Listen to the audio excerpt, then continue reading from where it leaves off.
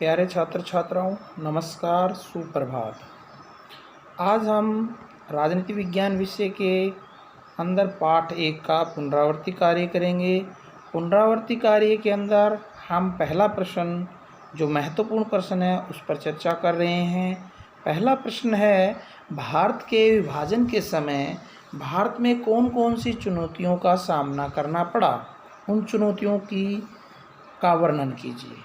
प्यारे बच्चों, भारत 15 अगस्त 1947 को आज़ाद हो गया था, जैसा आपको सभी को पता है। और भारत के 2 टुकड़े हो गए, एक पाकिस्तान और एक भारत बन गया। और आज़ादी के पश्चात पंडित जवाहरलाल नेहरू देश के प्रथम प्रधानमंत्री बने, प्रथम विदेश मंत्री भी बने, देश के प्रथम गृह मंत्री और उप प्रधानमंत्री सरदार वल्लभ भाई पटेल बने।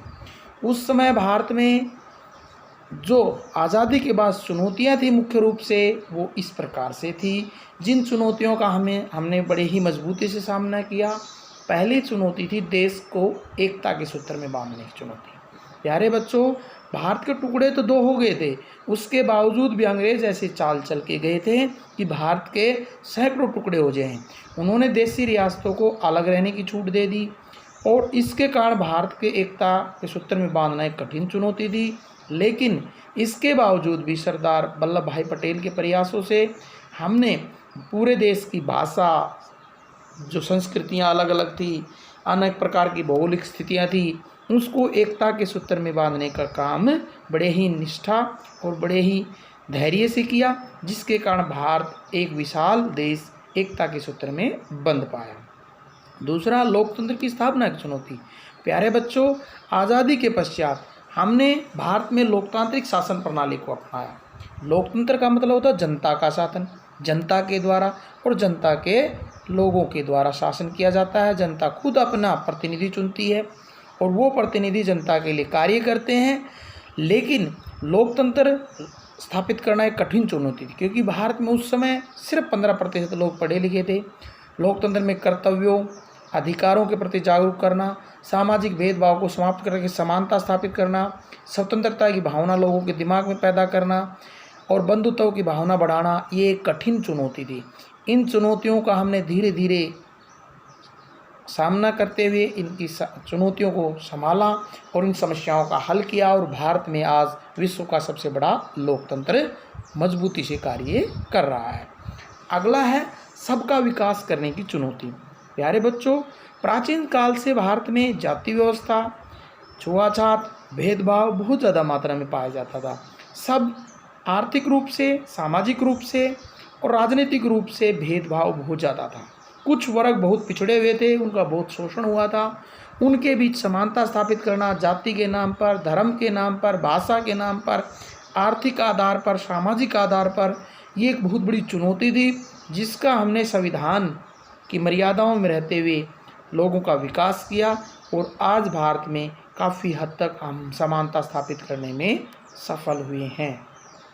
अगली, देशी रियासतों को मिलाने की चुनौती। प्यारे बच्चों, जब भारत आज़ाद हुआ तो भारत के 2 टुकड़े हुए, भारत और पाकिस्तान, और तीसरा एक पक्ष था वो देशी रियासतें, रजवाड़े। अंग्रेज़ 565 देशी रियासतें भारत में छोड़ गए थे और उनको ये अधिकार दे गए थे कि वो चाहे पाकिस्तान में शामिल हो, चाहे भारत में शामिल हो, या अपना स्वतंत्र अस्तित्व रख सकती हैं। इसके कारण भारत में टुकड़े टुकड़े होने की बहुत बड़ी संभावना हो गई थी, परंतु सरदार वल्लभ भाई पटेल के मजबूत नेतृत्व की बदौलत हमने इन देशी रियासतों को धीरे धीरे करके विलय पत्र के माध्यम से व जनमत के संग्रह के माध्यम से हमने मिलाया, और उस जम्मू कश्मीर, हैदराबाद और जूनागढ़ रियासत के साथ थोड़ा सा हमें समय लगा उनको समझाने में, जनमत करवाने में। बाकी रियासतें सरदार पटेल के प्रयासों से जल्द ही मिल गई। भाषा की चुनौती। प्यारे बच्चों, भारत में बहुत ज़्यादा मात्रा में भाषाएं पाई जाती हैं।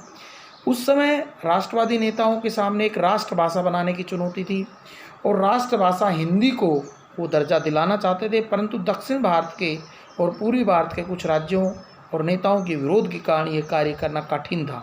इसलिए हिंदी को कुछ समय के लिए राजकाज की भाषा घोषित किया गया और बाद में हिंदी को 10 साल तक एक संपर्क भाषा के रूप में विकसित करने का प्रयास किया गया। धीरे धीरे हिंदी का प्रभाव बढ़ाने का प्रयास चल रहा है, परंतु साथ साथ हमने सभी भाषाओं को सम्मान देते हुए संविधान में आज 22 भाषाओं को मान्यता दे रखी है, ताकि भाषा को लेकर कोई विवाद पैदा न हो, श्रीलंका की तरह जातीय संघर्ष या भाषाई संघर्ष न हो। इस चीज़ का ध्यान रखते हुए हमने बाद में भाषा के आधार पर राज्यों का भी पुनर्गठन किया। सबसे पहले भाषा के आधार पर राज्य जो गठन किया गया था वो आंध्र प्रदेश था। हमारे देश के उस समय के नेताओं ने बड़ी सूझबूझ, बड़े धैर्य और बड़े ही राष्ट्रभक्ति की भावना से इन समस्याओं का सामना किया, राष्ट्र को एक सूत्र में बांधा, एकता के लोकतंत्र की स्थापना करने का प्रयास किए और सच्चे अर्थों में सबसे बड़ा लोकतंत्र स्थापित किया। सबके विकास को हमने शामिल किया, देशी रियासतों का विलय करके एकता का सूत्र पैदा किया और भाषा की समस्या को बड़े ही शालीनता से हल करने का प्रयास किया। तो ये थी हमारे देश की उस समय प्रमुख चुनौतियां विभाजन के समय और चुनौतियों का सामना कैसे किया गया। आशा है आपको समझ में आई होगी। धन्यवाद।